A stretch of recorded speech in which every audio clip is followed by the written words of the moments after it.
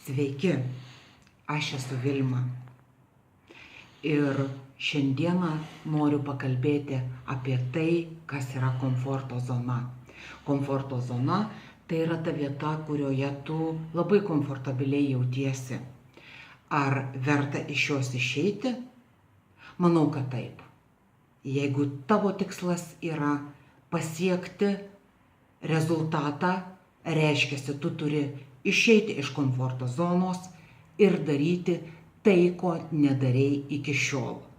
Jeigu tavo tikslas yra naujas darbas, tai turi pirmiausia atsisėsti ir sugalvoti, ką tu nori daryti šiame gyvenime.